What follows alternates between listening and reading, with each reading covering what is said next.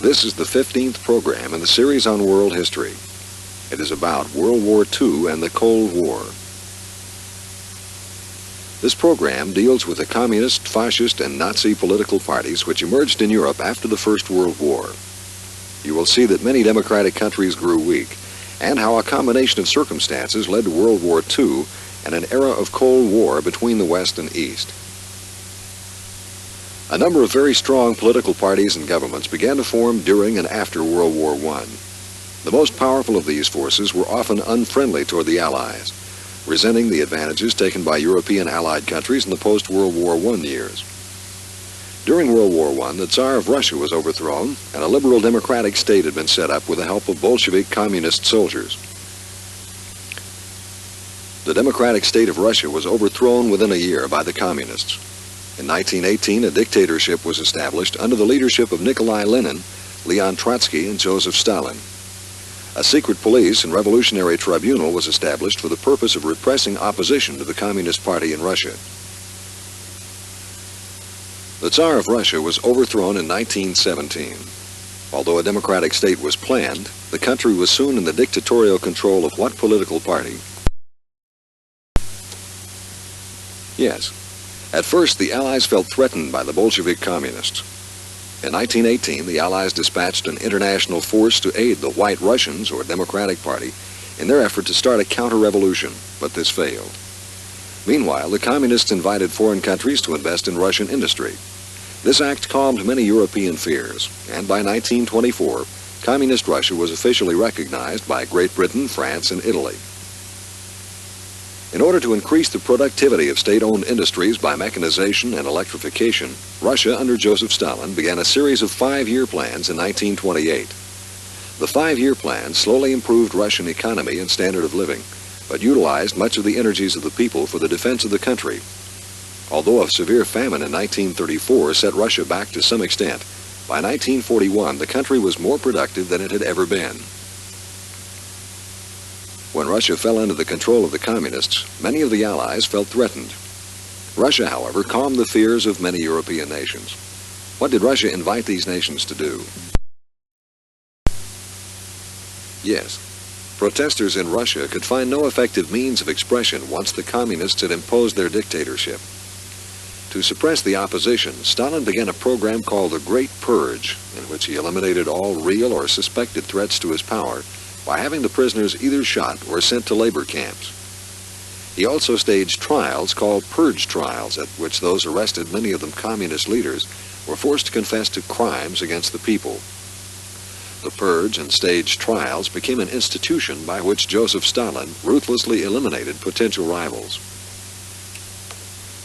In 1936, the Communist Party issued a constitution and a Bill of Rights that was designed to disguise the dictatorship in Russia.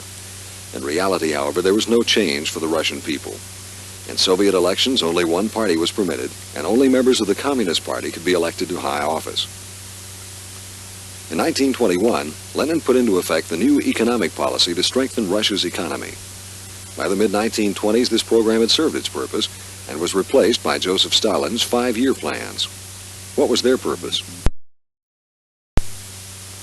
Right.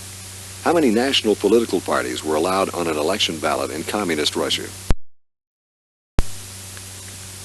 Yes. Meanwhile, in Italy, Benito Mussolini came into power on October 28, 1922. With a private army called the Black Shirts, Mussolini seized the government without any real opposition. He then set about establishing a fascist dictatorship that was to last for 20 years. Fascism is nominal capitalism, which is actually state-controlled. Once in power, Mussolini repressed opposition and civil liberties, ruled by terror and secret police, resorted to political assassination, and prepared Italy for a series of wars. Propaganda and militarization strongly affected education, and the youth of Italy were organized as young soldiers and taught absolute obedience to the dictatorship. The economy of Italy grew under Mussolini. Industry and transportation were improved. Mussolini, however, was more interested in conflict with foreign powers which controlled territories in Europe and Africa. He held particular hatred for England and France. When World War II came, Italy was ready to seize control of the Mediterranean in the name of the dictator. What was the private army of Mussolini called? Right. Mussolini favored strict government control of labor and industry. After Mussolini came to power in 1922, what did the Italian government become? Yes. During the 1930s, the government of Germany had broken down as a result of world depression and growing unrest among both liberal and conservative voices. In 1933, Adolf Hitler and his private army, called the Brown Shirts, put the Nazi Party into control of the German people. Nazi stands for National Socialist. Adolf Hitler was a master of propaganda. He exploited every German grievance by blaming them upon a few scapegoats, such as the Treaty of Versailles, the Jews, and the German need for more land. He spoke of the glory of war. Most German people later said they had little idea that the false and vicious doctrines of Hitler would soon become the law of the land and fill furnaces with the bodies of more than 6 million people. In 1934, Hitler became Der Führer, leader of Germany. The German state became completely totalitarian. Industry, labor, and the arts were organized in a fashion similar to those of Mussolini's Italy. War production was immediately begun in preparation for a series of adventures to test the democracy's will to resist, and eventually to power a bid for world conquest. German freedom disappeared, and the Gestapo and stormtroopers combined to produce absolute control by terror. In 1933, Hitler overthrew the Constitution and began to create his dictatorship. When Hitler became Führer in 1934, what political party became dominant? Right. The Nazis called their government the Third Reich. They set out to control all communication outlets and planned to conquer other countries in order to acquire living space. What was Hitler's private army called? Yes. What had happened to the democracies since World War I?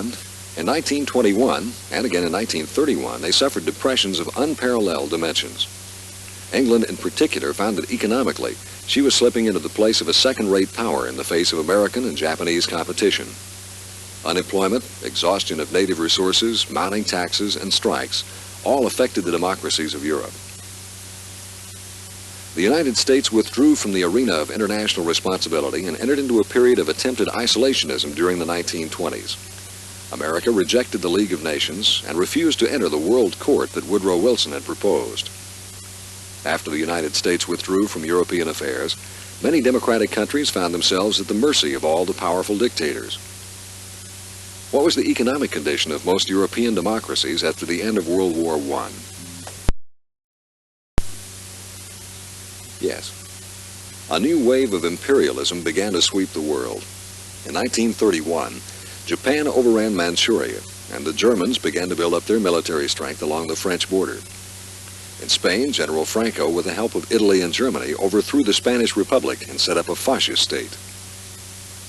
In 1936, Mussolini began an assault on Ethiopia, and in 1939 took over Albania. No one halted these open acts of aggression. What was the attitude of the United States during the 1920s and 30s toward the European democracies? Right. The first hint of a new world war occurred in August 1939. Russia and Germany announced that they had signed a non-aggression pact. This shocked the democracies since Russia and Germany had always been enemies.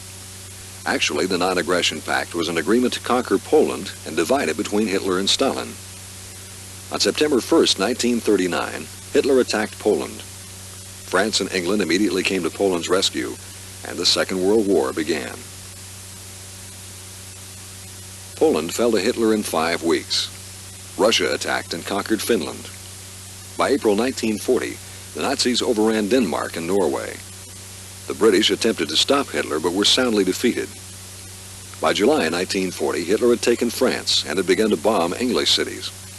The British put up a stiff fight under the leadership of Prime Minister Winston Churchill, but they had no allies to aid them. Italy formally entered the war on the side of the Germans by attacking British positions in North Africa. The Japanese had begun to advance across Southeast Asia toward India in a joint military operation with the Germans. In all of Europe, only England seemed strong enough to hold out against the Nazi war machine. France, so important in the First World War, was now defeated. Germany committed the first act of World War II on September 1st, 1939. What European country did Hitler invade? Yes. Not long after this invasion, two more countries joined Germany and Russia in their bid to take over the democratic countries of the world. Which ones were they? Yes. Suddenly in 1941, Hitler's Germany surprised everyone by turning on its new friend Russia. The Nazi army attacked Russia, pushed on through the country to the gates of Moscow, and far south to the city of Stalingrad. Hitler had felt he no longer needed Russian support to gain world control. In the United States, there was constant pressure and great public outcry to aid England. Supplies were sent to Great Britain by the United States government and private industry. On December 7, 1941, the United States naval base at Pearl Harbor was attacked by Japan. Overnight, the United States became a powerful enemy of Germany, Italy, and Japan. It joined the long list of nations embroiled in World War II. Before 1942, Hitler had been able to move about Europe almost at will. In that year, however, the first successful counter-offensive of the Allies began. The Russian army destroyed the Nazi army at Stalingrad and began an offensive that was to carry her to Berlin in 1945. England defeated Nazi fascist forces in Egypt and joined with American forces to destroy German armies in northwest Africa. In 1941, Hitler surprised everyone by suddenly turning and attacking its ally. What former ally did Hitler turn against? Right. When World War II started, the United States had taken a policy of isolationism. Americans wanted to stay out of the war overseas. But on December 7, 1941, the United States suddenly plunged into World War II. What event caused this change of attitude? Yes. The U.S. began its island-hopping campaign that eventually, in 1945, brought it to the Japanese home islands. No assault had to be made on these islands because the atom bomb attacks on Hiroshima and Nagasaki convinced the Japanese military that further resistance was useless. Meanwhile, the Russian armies had completely destroyed Japanese Manchurian armies. The war ended for Japan in September 1945. From North Africa, English-American forces crossed over to Italy in 1943 and began a northward assault on German-held positions. The greatest waterborne assault in history came on June 6, 1944, when Anglo-American forces invaded Normandy in western France and continued to roll across Europe until Germany, attacked by Russia on the east, had fallen. Victory in Europe for the Allies came on May 7, 1945. World War II introduced a new weapon, the atomic bomb. The United States dropped this bomb on two Japanese cities, killing millions of people and leaving untold numbers with the after effects of radiation. What two cities were the targets of the atomic bomb? Yes. By 1947, the concept of one world built during the Second World War was replaced by a so-called Cold War between two power blocks, a Western bloc headed by the United States and an Eastern bloc headed by the Soviet Union. It was called the Cold War because there was no actual fighting. Competition was through politics, economics, and propaganda. Conflicting military and economic goals were the basic causes of the Cold War. Two world organizations were born out of World War II. The United Nations and the North Atlantic Treaty Organization have proved useful in keeping a balance between communist and democratic blocs, trying to ensure that the Cold War did not develop into a Third World War. The United Nations has been a battleground for the continuing conflict between communism and democracy. What is this conflict called? Yes, World War II was the most devastating war in the history of mankind.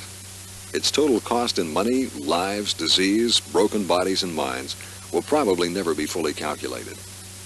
Its effects, including the Cold War upon the political, social, economic, psychological, and cultural institutions of the civilized worlds, are as yet incalculable. Yet we must recognize that it helped shape the frame and features of the world today.